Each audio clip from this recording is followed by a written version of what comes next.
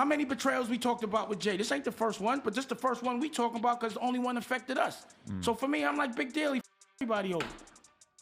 Jermaine Dupri's stupid for listening to him. That's what I think. We all know Jay. So once he does what he did, how he did Roc-A-Fella, why do you think he'd do anything else? That's Jay. Those principles don't mean anything. Jay runs with the bag, period. That's it. All right, cool. So if you that man, that's on you. I'm not gonna be a wet wounded duck and go, oh, this nigga, you know, he played Roc-A-Fella, he played Biggs, he played everybody. No, we all know we did that. Y'all just wasn't saying shit. We all know what Jay did and how he did it. You know, there is no more Roc-A-Fella. Roc-A-Fella was rolling. Is there a Roc-A-Fella now? No. Who benefited from this? Him. So he went that way, the way where, you know, he does things this way, and all his friends end up working for him, and I go this way where the people I love end up being my partners. But what I am mad about is I haven't seen a reasonable doubt royalty in like 10 years. I can say that. And I want to know where my money is. Yeah, I think in the beginning it's about you and your circle. Okay. Right? You take your circle, you got the people that grind with you every day and share your dreams and slept on the floor with you, and you know, and then you make it out. And then you look and he's like, okay, what else? Right? What else? Like, how else can I be of service? You achieve these goals that you thought were, you know, unattainable in the beginning, and you achieve them. And then you look around and you say, okay, how can we duplicate this? The reason we created Roc Nation was to be able to say, okay, this is all the information we gathered. Here it is, Rihanna.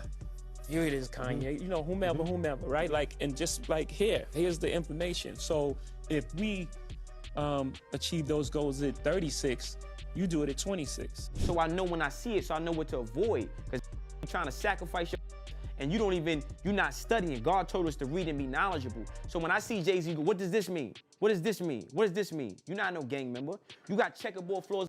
You got skull and bones. What does this mean? Dame Dash is back with more explosive details on Jay-Z's shady business dealings and his bizarre connection with culture vulture Lyor Cohen. But hold on to your seats, because it seems like Jay has finally hit his breaking point with Dame constantly dragging his name through the mud, and he's ready to spill the tea on his side of the story. But Dame isn't letting Jay silence him either. He's coming in hot with even more scandalous revelations about how Jay-Z didn't just throw him under the bus, but he and his mentor Lyor Cohen allegedly trampled over many black artists to claw their way to the top of the music industry. Woo child, there's a lot to unpack here. So let's dive right in and spill the tea.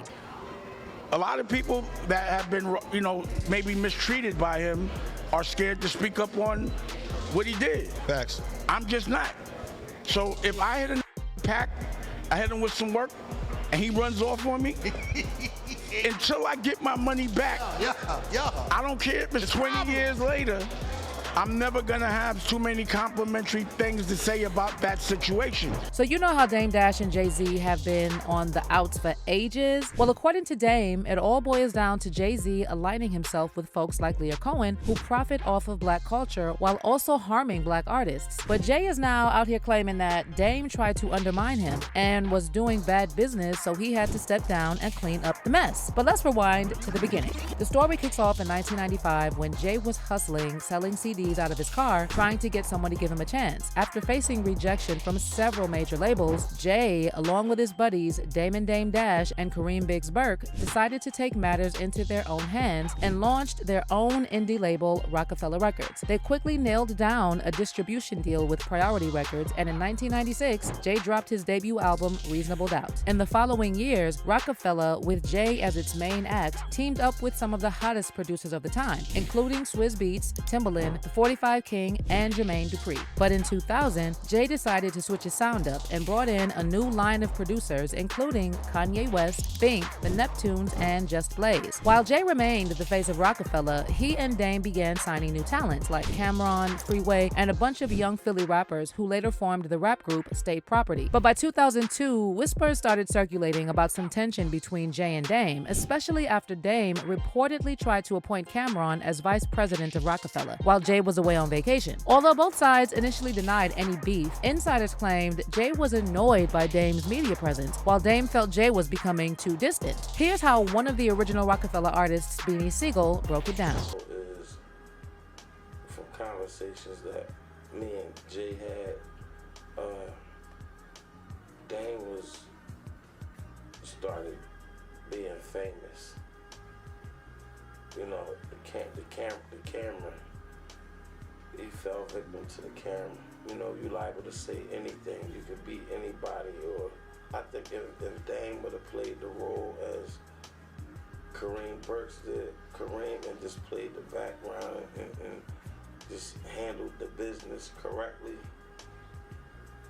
maybe Roc-A-Fella still would be, you know, the force that we was. And then, but on the second hand, I think Jay was growing.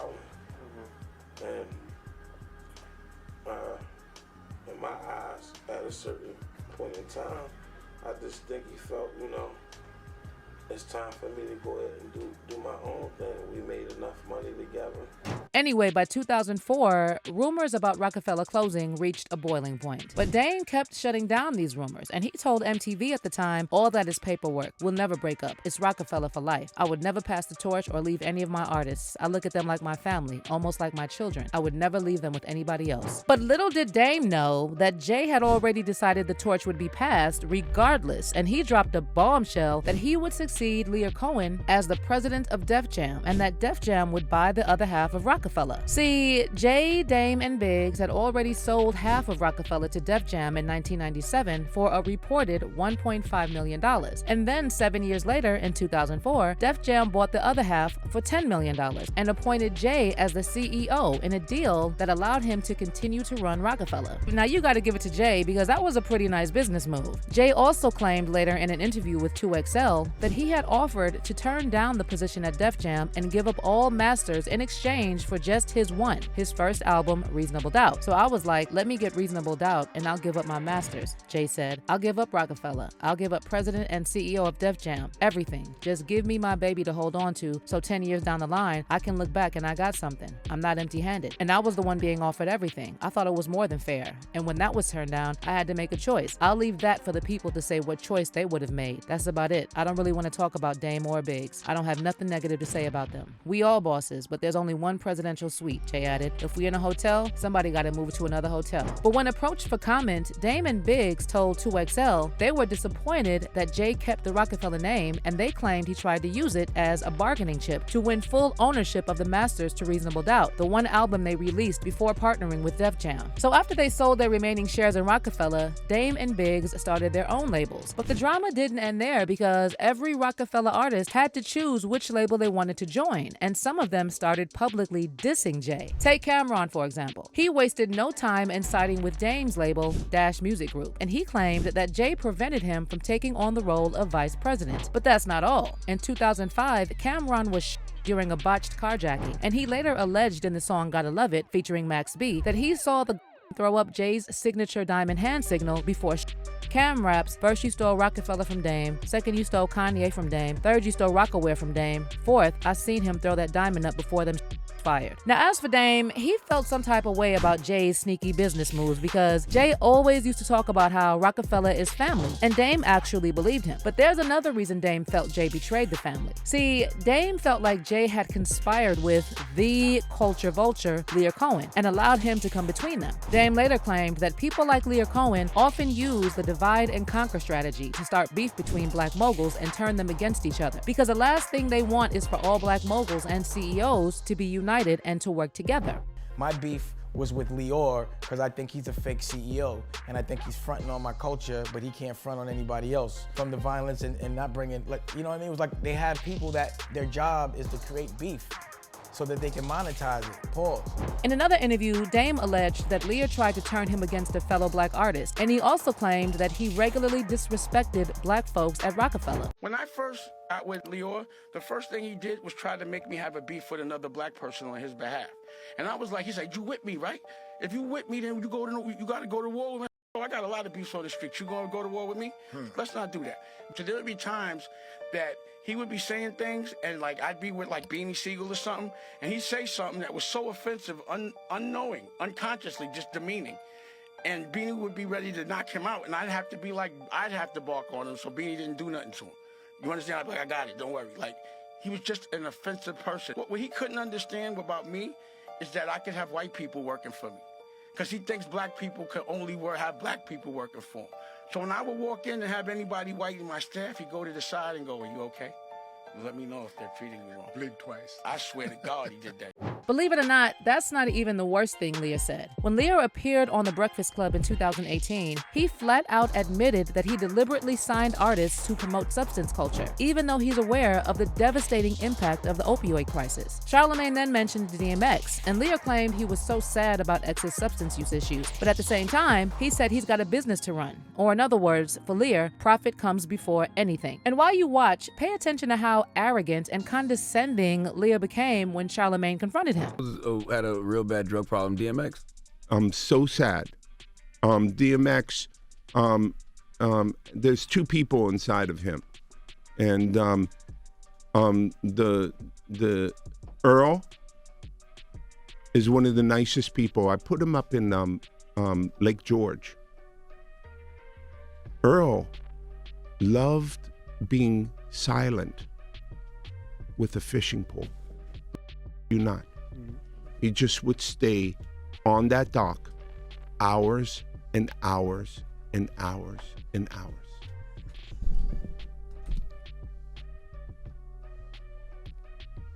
Yeah, very, very sad. You know, I think the opiate problem, the syrup problem, is the biggest problem that I've ever seen and I've ever faced. And been a part of, and I can't with it. You know, the crack thing was devastating, but at least the rappers were bringing a spotlight to you becoming a fiend, okay? And I thought that spotlight, head crack, helped, even though it was harsh and really really rough, particularly on women. But I think it helped change the course of the crack epidemic. I don't know what's this opioid thing, man. Well, being a crackhead wasn't cool back then. Being a crackhead wasn't cool.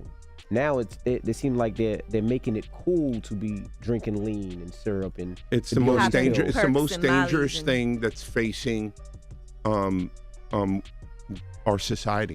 So why sign an artist that would promote that? Because I already answered that question. You weren't paying attention. She asked me talent or issues, and I said talent. But I have to. I can't give up on people. But I'm saying that's hypocritical, though. You're saying the it's opportunistic. Yeah. I got people to feed. I got a business to run. You're gonna make Dame Dash take this clip and call you a culture vulture. Charlamagne then brought up Dame, calling Lyor a culture vulture, but Lyor acted like he didn't even know who Dame was. Who's Dame Dash? You brought him up. I don't even know him. So you bring his name up. I don't even know him. So y'all made a lot of money together. Made a lot of money. Come on, Lyor. Don't do that to him. I don't know him. I really don't. When Lyor's remarks went viral, Dame fired back on Instagram, saying that Lyor basically proved his entire point. Dame wrote, "Thanks for this Lyor Cohen for proving my point in true culture vulture form. They make money off us and then try to erase our true history and act like the real ones never existed. He pays his bills at the expense of us." Now, as for Jay-Z, he's still BFFs with Lyor to this day, and he often refers to him as his mentor. But there's one more side to this story that I want to briefly get into, and that's Jay-Z's friendship with R. Kelly and the whole situation with Aaliyah. Because this was also one of the things that made Dame realize that Jay wasn't the person he portrayed himself to be in public. So both Dame and Jay-Z were interested in Aaliyah, but Aaliyah picked Dame, something that Jay's ego just couldn't handle. But before Aaliyah started dating Dame, she went through something horrific at the hands of R. Kelly. Kelly even illegally married Aaliyah in 1994 when he was 27 and she was 15 by using a fake ID. As for Aaliyah and Dame, they were friends first and dated for about a year until her tragic death in 2001. Dame later said that Aaliyah was so traumatized by her situation with R. Kelly that even when they were alone, she couldn't speak about what she went through, and all she could say was that R. Kelly was a bad man. Now, as for Jay-Z, he knew what R. Kelly did to Aaliyah, and yet just months after Aaliyah died, he partnered with R. Kelly on a joint album, The Best of Both Worlds. And this is when Dame realized Jay had no moral compass whatsoever. I wasn't a part of any of that, and the karma happens. But the thing I didn't understand is I was like, I know I'm not that. And because of the moral challenge and him choosing one way, I knew morally we weren't the same. So to me, Roc-A-Fella was the funk. It was over. I couldn't f with it. It was something that to me was just like, not to say unforgivable, but I couldn't understand it.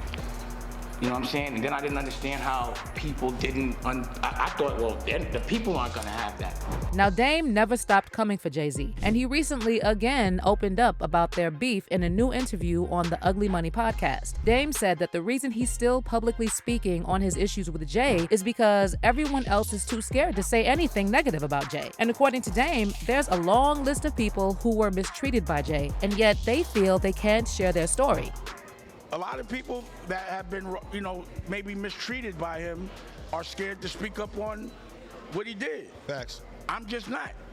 So if I hit a pack, I hit him with some work, and he runs off on me, until I get my money back, I don't care if it's 20 years later, I'm never gonna have too many complimentary things to say about that situation. But sources close to Jay are now saying that Jay is unbothered by Dame running his mouth. And apparently, Jay feels like Dame is just bitter because Jay outsmarted him in business. A lot of Jay's fans feel the same way, and they're now clowning Dame for still going on about this and saying Jay lives rent-free in Dame's head. But see, now that Jay-Z is getting pulled into this Diddy drama with rumors swirling that he might even be worse than Diddy, a lot of black folks are taking Dame's side and giving him props for consistently calling Jay-Z out while the rest of the industry is staying silent. One fan said, as time passes by, Dame really don't seem like the hater he was painted out to be. Man was just telling us how it really is. And another person added, he turned on Beans as well. He's too busy tapping champagne glasses with Diddy at his multi-millionaire club. The roaches will scatter out when or if Diddy gets locked up. But let me know how you feel about this situation. Are you Team Dame or Team Jay? Do you feel Jay betrayed Roc-A-Fella by siding with the culture vultures? Or is Dame just bitter that Jay outsmarted him in the business game? Drop your comments below and be sure to check out this next video.